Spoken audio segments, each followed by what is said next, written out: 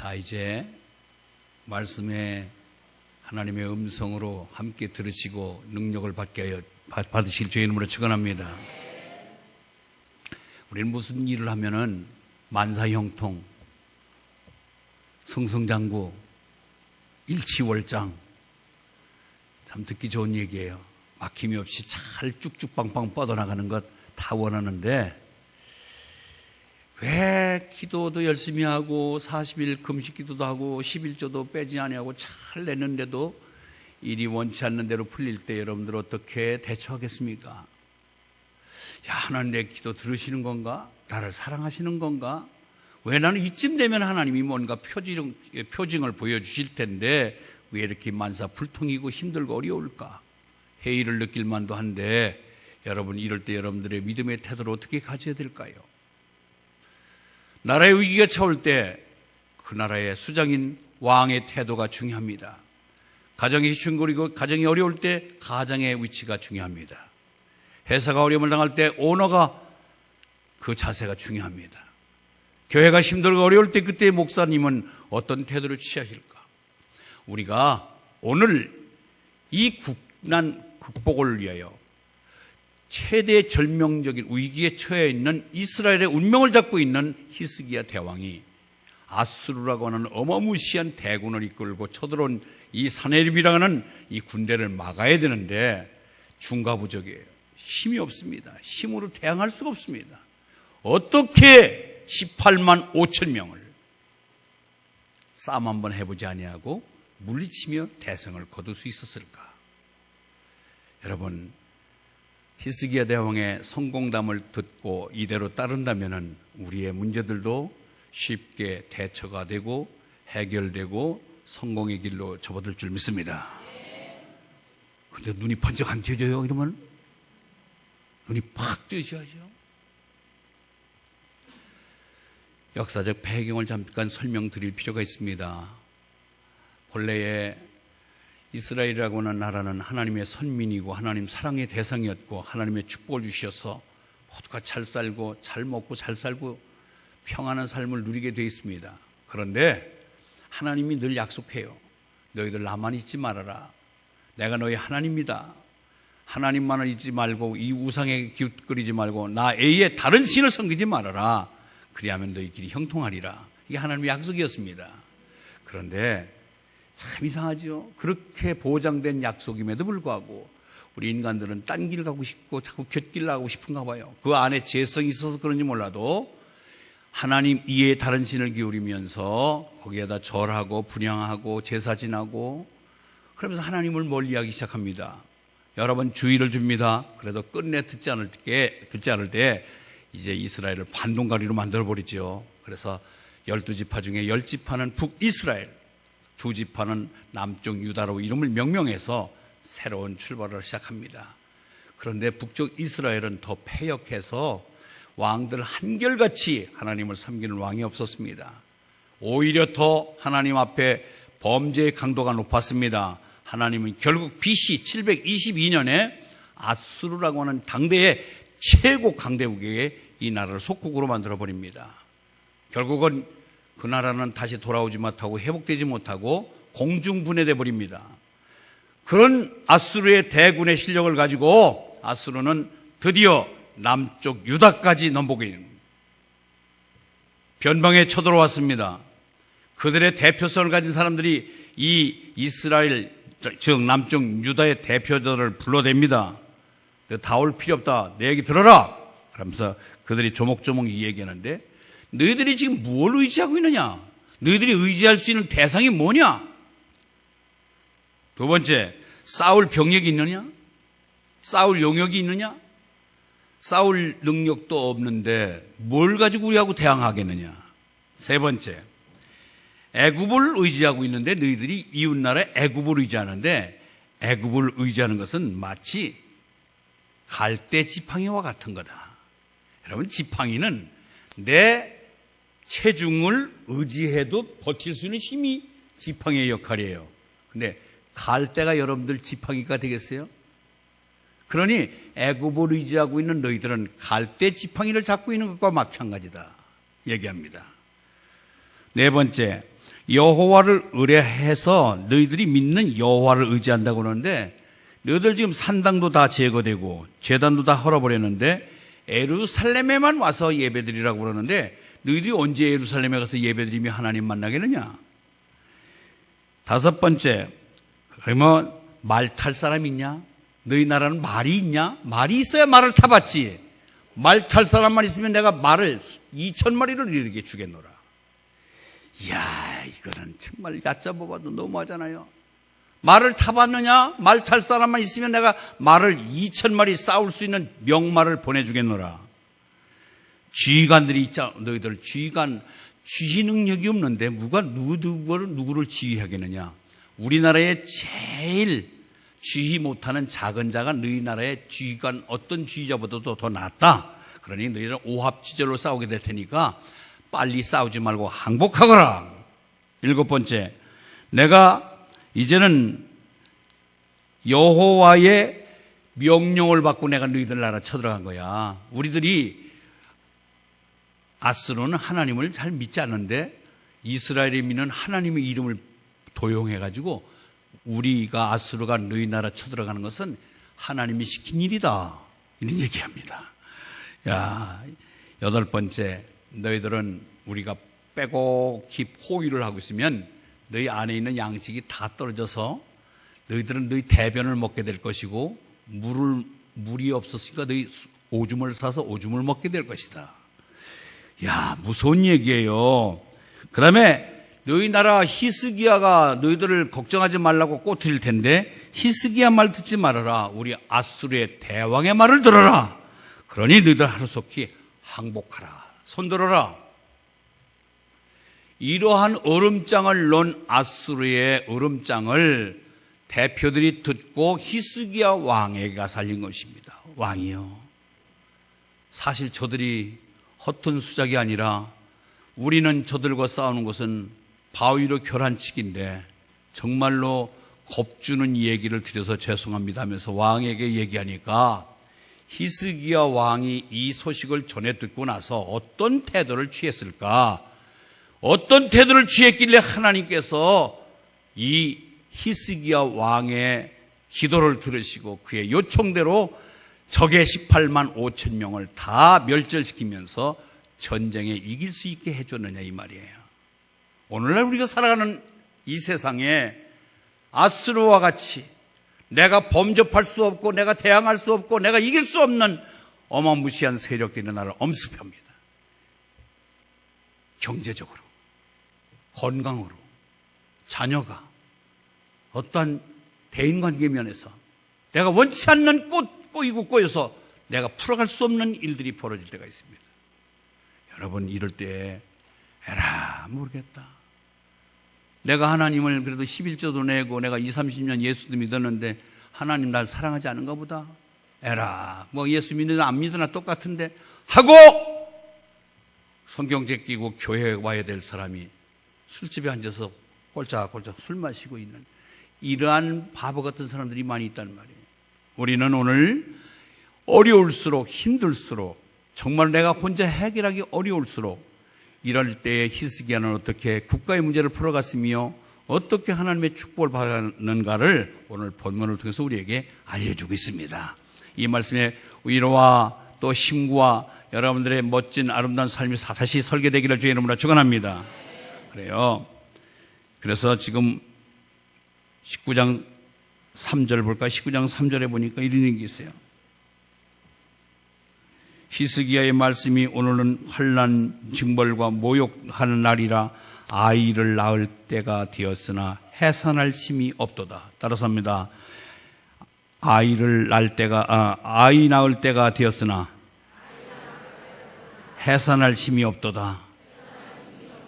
이거보다 큰 일은, 이거 굉장히 큰 일이잖아요. 여기 아기 낳은 사람들 말이에요. 이제 아기가 나와야 되는데 힘을 줘야 나오는데 힘이 없어갖고 애가 뱃속에서 사살한다면 이거 얼마나 큰일이에요, 이게. 나 그 아기 낳는 거 봤어요. 조금만 더 힘들어, 조금만 힘들어. 옆에서 막 훈수 두는 사람이 더 땀을 삐질삐질 흘리더라고요. 그래서 여자들 잘 먹여야 돼요. 잘 먹여야 돼요. 아멘. 어떻든 여자가 힘이 있어야 돼요. 그런데 지금 얼마나 표현을 멋들어지겠어요. 지금 아수르가 쳐들어올 때 대항할 수 없는 이 유다의 힘은 해산딸이 돼서 지금 곧 아기는 나와야 되는데 힘이 없어서 힘을 못 줘서 애가 뱃속에서 사산해야 될 그런 절대 위기에 처해 있단 말이에요. 이런 표현 속에서 지금 얼마나 위기에 처해 있다는 것을 우리가 알 수가 있습니다. 그때에 히스기야가 어떻게 취했는가? 오늘 1절 보겠습니다. 19장 1절 읽습니다. 19장 1절 시작. 히스기야가 왕이 듣고 그 옷을 찢고 굵은 배를 두르고 여호와의 전에 들어가서 따라서 합니다. 굵은 배를 두르고 여호와의 전에 들어가서 오늘날만 성경책 들고 교회 안으로 들어와서 아멘? 여러분들 대개 보면 우리가 잘 나가다가 또 아는 힘든 일을 거듭거듭 만나다 보면은 여러분들이 끝까지 견디지 못하고 대충 성전 밖으로 나가는 일이 있는데 오히려 힘들수록 히스기야는 굵은 배를 입었다는 얘기는 내가 통에 자복하는 거고 여기에 보면 옷을 찢었다는 것은 분통을 터뜨리면서 너무 정말 당하기 어려운 일에 대한 정말 자기 통분하는 마음을 실어서 하나님 내가 잘못했습니다. 내가 잘못 살았던 이런 일이 왔군요 하면서 오히려 하나님 앞에 엎드리기 시작한 것입니다. 참 믿음 좋은 사람이에요. 여러분 우리 믿음의 사람은 힘들고 어려울수록 하나님 곁으로 나오시길 바랍니다. 잘 쉬운 걸 못해요. 쉬운 거를.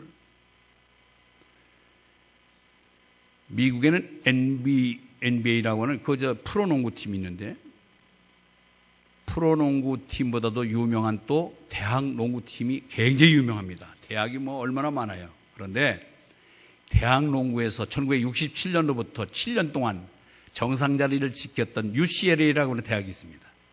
그 감독은 존 우든이라고 하는 존 우든. 누구라고요? 존 우든이라고 하는 감독이 있었는데 스포츠 기자가 찾아가서 질문합니다. 어떻게 하면 그렇게 7년 동안 정상 자리를 누릴 수 있었던 선수들의 관리와 팀을 이끄는 기술이 무엇입니까? 물었을 때에 그 감독이 참 멋있는 말을 했습니다. 저는 선수들에게 시간이 좀 걸리더라도 양말을 바로 신어라. 운동화끈을 중간에 풀러지지 않도록 운동화끈을 단림해라. 이걸 저는 강조합니다. 그랬어요. 얼마나 시시한 얘기예요. 대단한 무슨 기술적인 것을 지도했노라고 얘기할 줄 알았는데 양말을 완전히 속까지 꽉 잘 잡아다녀서 잘 신고 중간에 뛰다 양말이 벗겨져가지고 저 뒤꿈치 베기 시작하고 그러면 뛰기가 지금 거북스럽잖아요. 그러니까 이거 세심한 걸 한 거예요. 가장 기초적인 거 가르쳐 준 거예요. 양말 벗겨지지 않도록 잘 신고 중간에 나가서 운동하다 말고 코트 밖으로 나서 끈 잡아매면 그 사이에 몇 점씩 우리가 손해본다. 그러니까 경기 도중에 신발끈, 운동화끈 풀러지지 않도록 잘 매라. 가장 기본적이고 가장 기초적인 거를 세심하게 소홀하지 않게 가르친 거예요. 여러분 우리는 예수 믿으면은 어떻든 교회와 가까워지기를 바랍니다. 이 교회가 낯설면 안 돼요. 아이고 한 주만에 왔더니 교회가 많이 바뀌었네. 이건 문제가 많은 거예요. 매일 와서 매일 익숙하고 매일 내가 정이 들고 그래서 여러분들이 그 앉아있는 자리가 어색하지 않기를 바랍니다. 늘상 주님 앞에 가까이 가서 주님을 부르고 주님을 향하여 눈물을 흘리고 안 되고 힘들수록 더 바짝바짝 대들어서 주님 앞에 야무지게 기도하면서 하나님의 음성을 듣기를 힘쓴다면은 여러분의 문제는 쉽게 해결될 줄 믿습니다.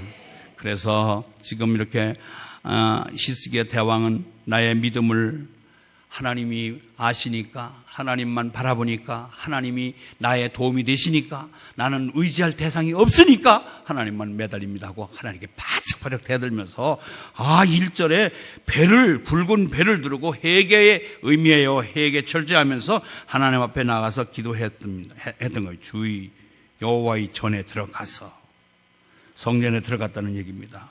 그리고 이사야 선지자에게 얘기해서 2절 끝에 보니까 이사야에게 그 당시에 선지자에게 알려가지고 빨리 기도해야 돼요. 시국적으로 어려운 문제가 생겼습니다. 기도해야 됩니다.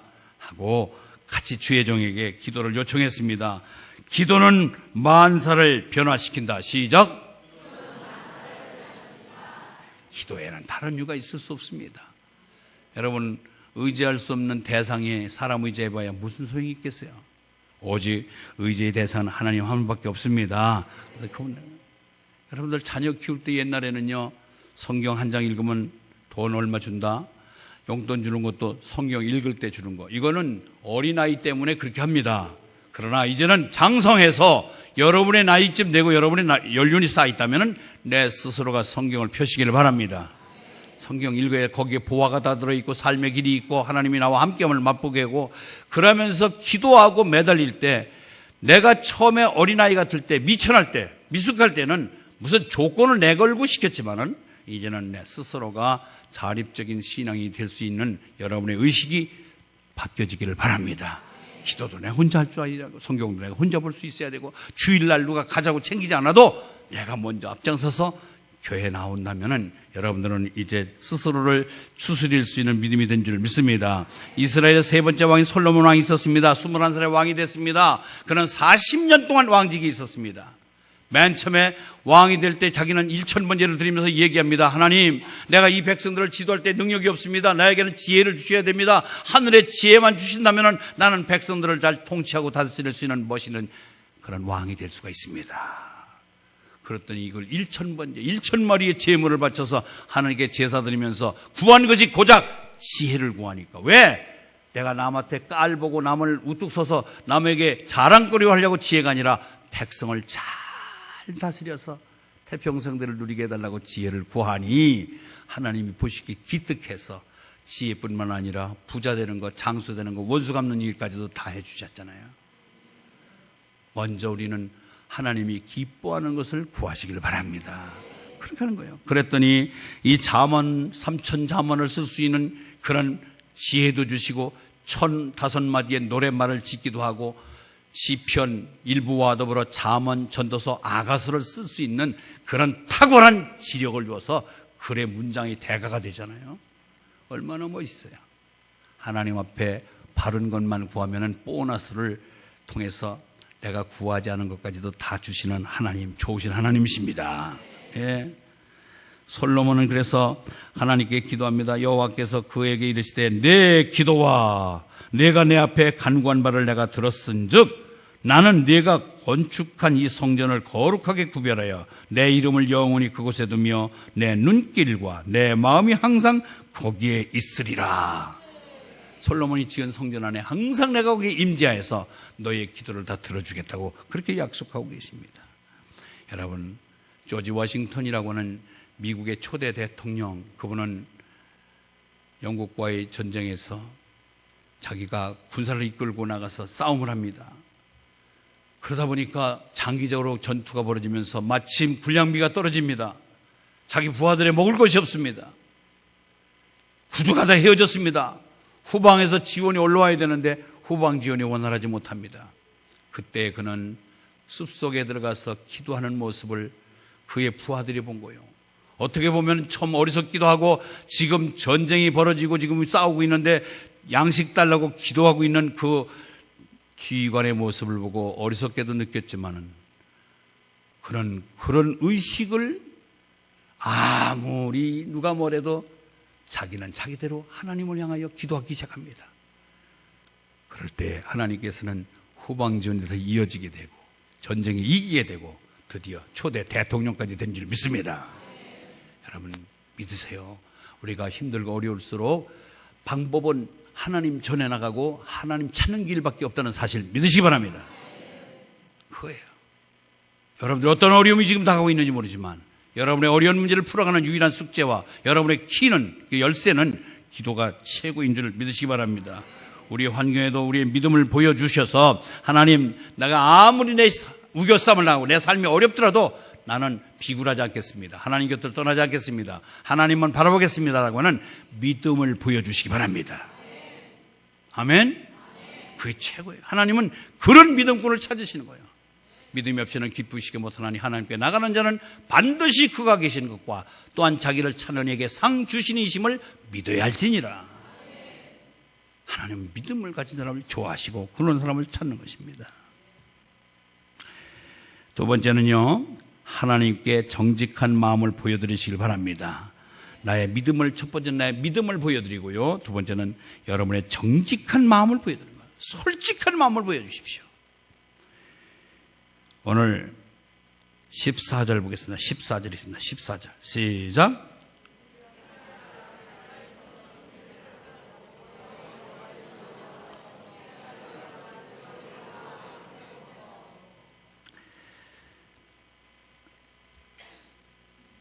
내용을 조목조목 적어서 아수르 군대가 왕이여 우리나라를 이렇게 만들겠다고 합니다 하고 겁준 이야기를 기록한 서면을 왕에게 주니까 그걸 가지고 그대로 성전에 가서 펼쳐놓고 조목조목 읽는 거예요. 하나님, 저리들이 우리를 무시합니다. 저들이 우리를 똥을 먹이겠다고 합니다. 저들이 앞으로 우리를 항복하라고 합니다. 우리들이 의지하는 것은 아무 쓸데가 없다고 합니다. 저희들이 쳐들어오면서 하나님이 시킨 일이라고 얘기합니다. 우리에게 말 탈 사람이 있으면 말을 2,000마리나 준다고 우리를 조롱합니다. 낱낱이 하나씩 하나씩 펼쳐놓고 자기의 당한 솔직한 마음을 하나님께 그대로 드러내는 모습을 오늘 볼 수가 있습니다. 이것이 우리가 하나님 앞에 밝힐 내용인 줄 믿습니다. 여러분들 살다 보면 여기도 혼자 되신 분 계세요. 남편이 돌아가셨다든지 또 아니면 뭐 뜻을 같이 하는 그렇게 갈라진 분도 계실 텐데, 남자나 여자나 혼자 사는 자기의 모습이 부끄러워서 그거를 누구한테든지 내가 당하고 있는 얘기를 속내음을 드러낼 수가 없는 거. 부부는 그래도 칼로 물치기니까 무슨 얘기 있으면은 자기에 있는 속을 상대방에게, 배우자에게 다 얘기해버리잖아요. 그런데 혼자 계신 분들은 이 답답한 마음을 이야기할 길이 없으니까 꼭꼭 자기 혼자 담아놓고 있고, 또는 이야기를 오히려 감추고 숨기려고 내 비밀이 탄로날까봐, 내가 혼자 사는 상대방이 나를 무시할까봐 하면서 자기 방어를 굳건히 치고 있는 사람들은 스트레스를 받아서 원치 않는 질병을 앓게 된다.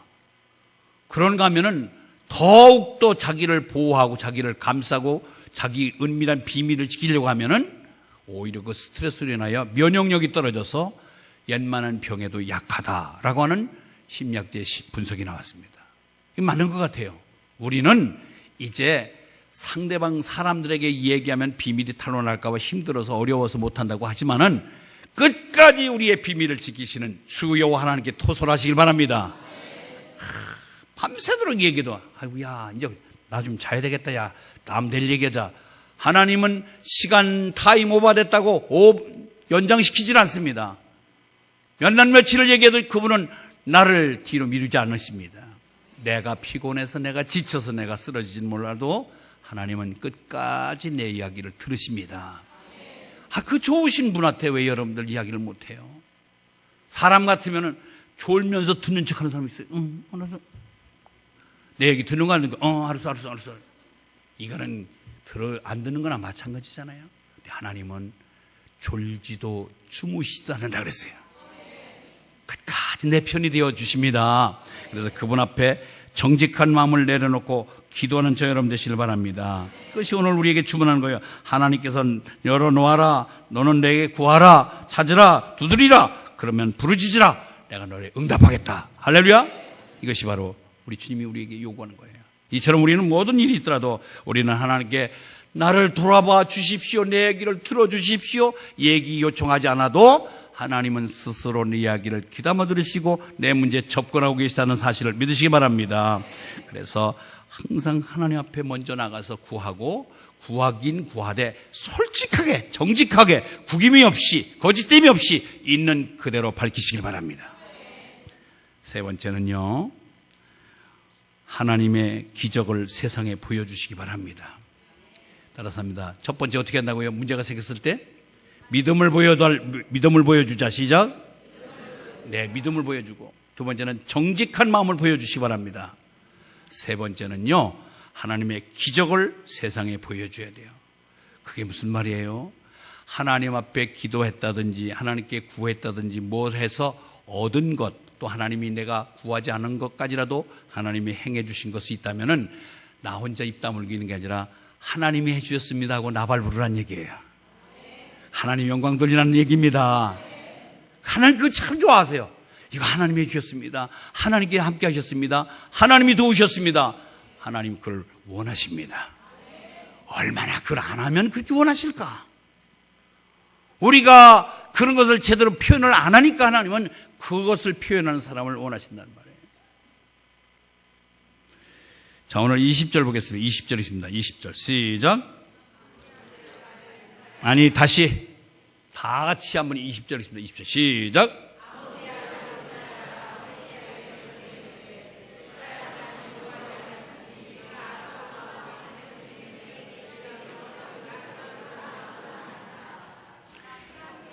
내게 기도와 사내립 때문에 내게 기도하는 것을 내가 들었노라 하셨나이다.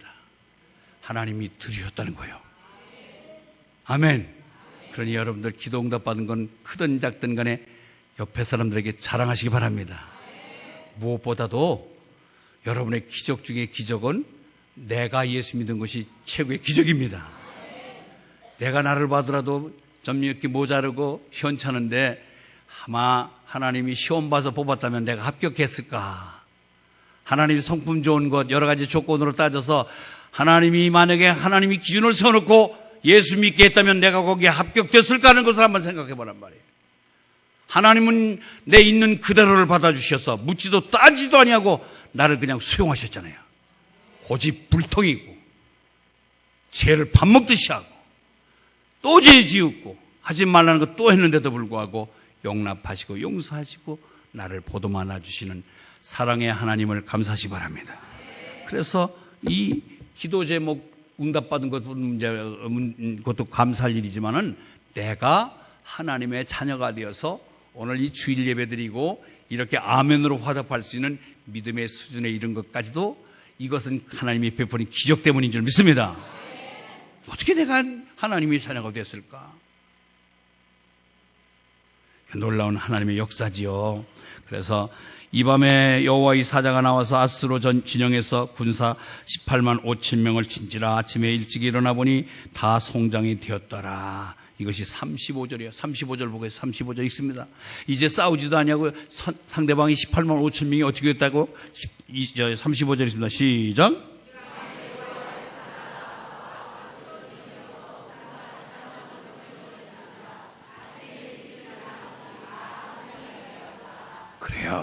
그래요. 아수르 대군같이 나를 엄습하는 문제들이 나를 힘들게 하더라도 내가 솔직한 믿음을 갖고 하나님께 나가고 나의 정직한 마음을 주님께 드러내며 기도하며 울부짖을 때에 18만 5천 명 같은 어마무시한 대군도 내가 싸워보지도 않았는데 하나님께서 손대어 해결해 주시는 이런 기적이 여러분의 삶 속에 있기를 주의 이름으로 축원합니다. 얼마나 멋있어요. 우리가 어떻게 이스라엘, 유다가 무슨 힘으로 18만 5천 명을 이길 수 있어요? 하나님께서 그 싸움의 승자는 하나님이 계시고 하나님의 손길로 이기게 해주신 줄 믿습니다. 우리가 마찬가지예요. 우리 힘으로 우리의 주변을 이겨나갈 수가 없는 우리 불가항력적인 일들이 얼마나 많습니까? 그래서 히브리서 4장 16절에는 이렇게 고백하고 있습니다. 읽습니다. 히브리서 4장 16절 시작. 그러므로 우리는 공의하심을 받고 때를 따라 없는 은혜를 얻기 위하여 은혜의 보좌 앞에 담당히 나갑니다. 은혜의 보좌라는 말은 하나님 앞이라는 뜻입니다. 문제가 있을 때마다 하나님 앞에 나가시길 바랍니다. 하나님께 부르짖으면 환난 날에 나를 찾으란, 내가 나와 함께 환난 날에 나를 찾으라고 그랬어요. 그러면 내가 너에게 응답하겠다고 그랬습니다. 아멘? 힘들고 어려울 때 그럴수록 환난이 다가올수록 우리는 세상으로 나가지 말고 세상 방법을 취하지 말고 하나님께 나가서 부르짖으면은 그분 내를 만나주시고 내 문제를 해결해 주신다고 하신 것이 하나님의 약속이십니다. 그렇습니다. 우리는 이와 같이 어려움 속에서 여러 가지 삶속에 만나는 현장 속에서 우리는 어떻게 해야 될 것인가 이제 답을 얻었습니다. 여러분들도 세상 방법 쓰지 말고 히스기야 대왕 같은 방법으로 승리적 삶을 사시기를 바랍니다. 영국의 조지 뮬러라고 하는 목사님은 고아의 아버지였습니다. 2,000명이라고 하는 많은 고아원들을 데리고 있었습니다. 한 번도 2,000명 고아원을 운영하기 위하여 후원자를 찾아서 하시면서 사람을 찾아가 개별적으로 부탁을 해본 적이 없습니다. 그때마다 양식을 위하여 고아원 2,000명을 먹이기 위해서 하나님 앞에 엎드리고 기도해서 기적 같은 일들을 많이 맛보신 분이 조지 뮬러입니다. 한 번은 이를 보는 사무장이 보고가 들어왔습니다. 목사님, 내일 아침엔 먹을 것이 하나도 없습니다. 우유가 다 떨어졌습니다. 큰일 났습니다.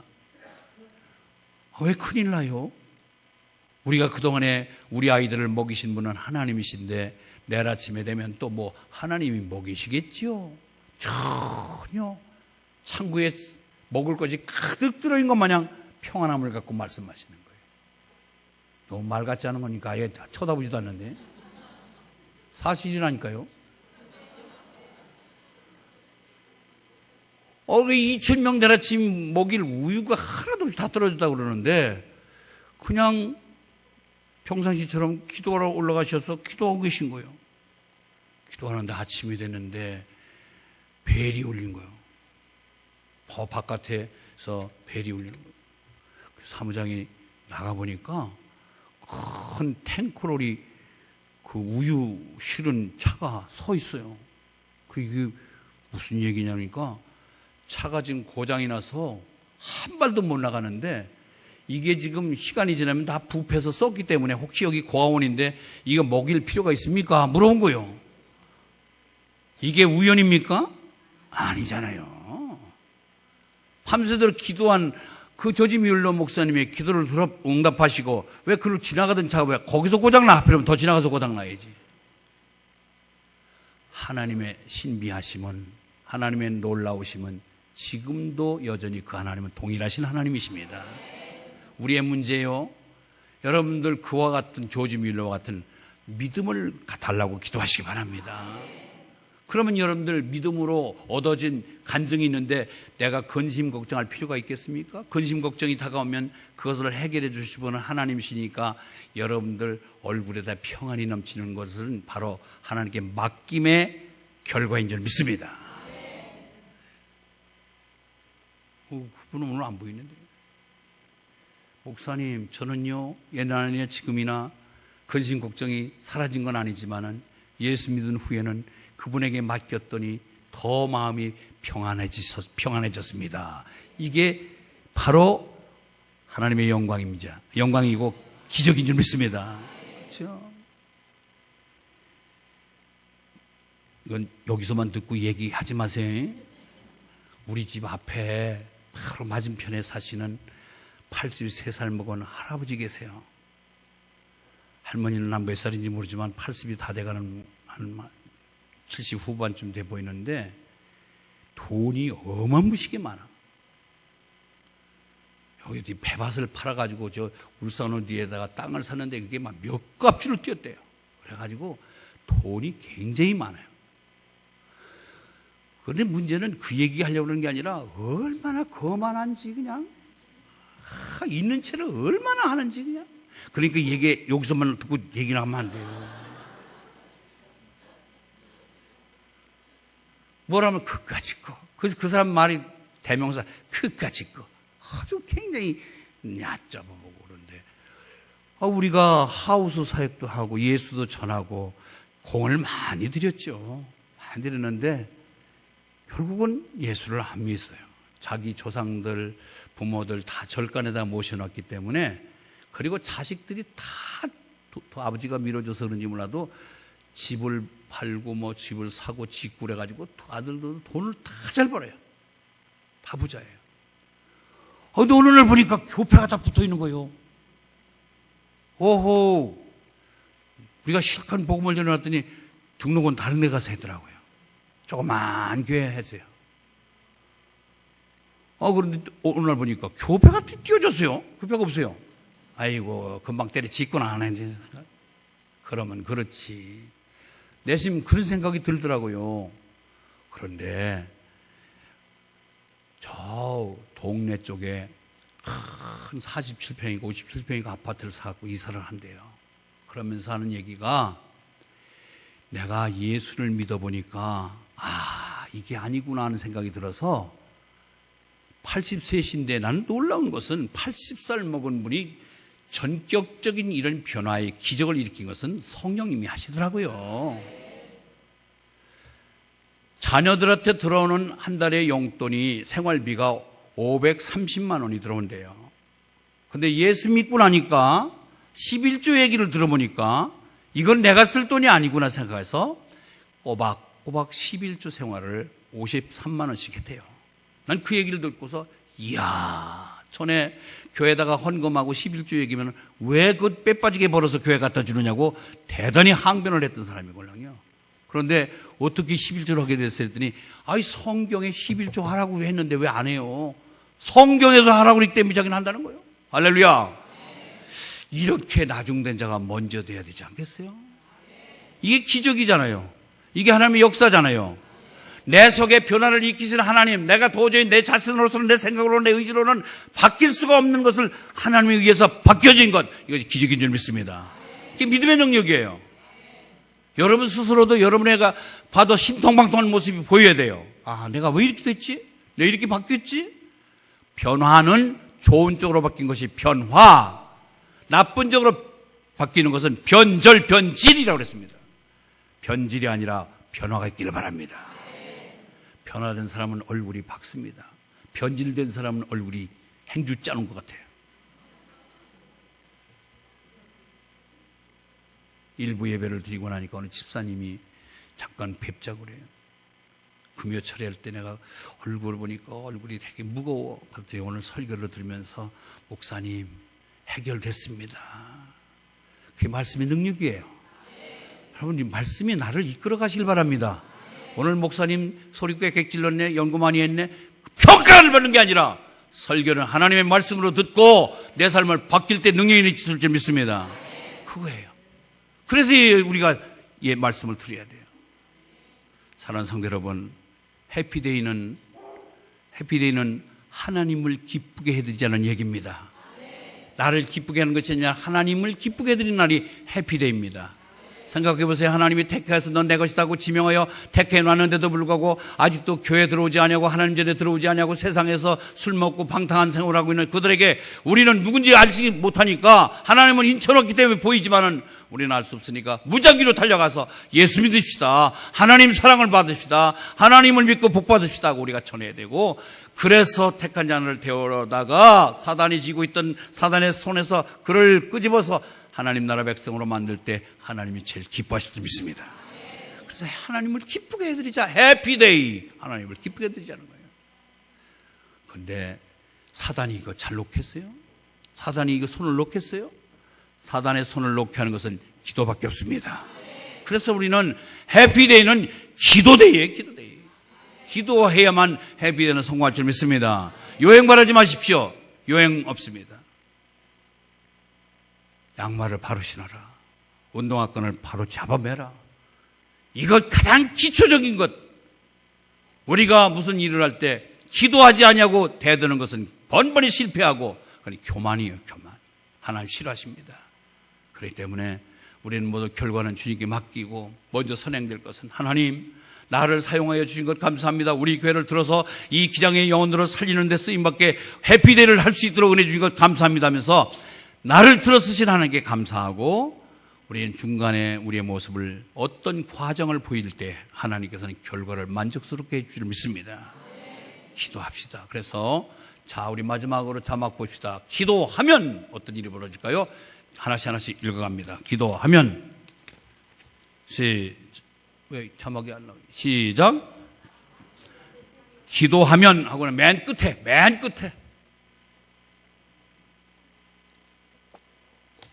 예, 읽습니다. 시작. 기도하면.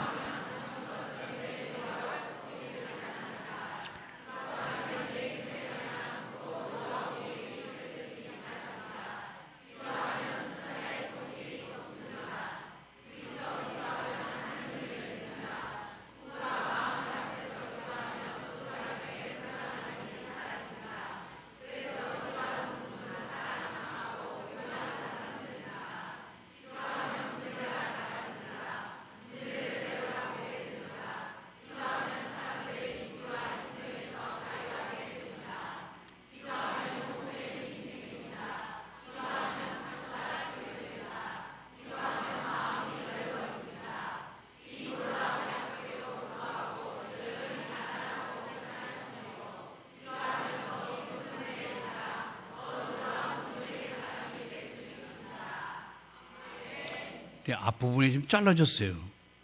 기도의 무릎을 꿇으면 하늘문이 열립니다. 아멘 하세요. 답답했던 삶에 환한 빛이 들어오기 시작합니다. 기도하면 신기하게도 불가능한 일들이 가능해집니다. 꼬였던 것들이 풀어지기 시작합니다. 기도의 시간에 온갖 해결책이 떠오릅니다. 기도하면 신비한 섭리가 일어납니다. 그 뒤에는 읽었나요? 기도하며 걷다 보면 어느덧 내가 함정도 지뢰밭도 무사히 지나감을 알게 됩니다. 이 세상에 단 하나의 빈곤이 있는데 무엇이냐? 기도하지 않은 빈곤뿐이다. 그러면 기도에 부요하면 나머지는 다 부요해집니다. 그래서 우리는 이번 해피데이를 기도로 우리의 모습을 보여서 하나님 앞에 흡족하게 드리고 여러분의 믿음과 여러분의 정직한 마음과 우리를 향한 하나님의 일어났던 일들을 날마다 세상에 보이면서 해피데이의 주인공으로서 칭찬 듣고 복을 누리시기를 주의 이름으로 축원합니다. 하나님 아버지 감사합니다.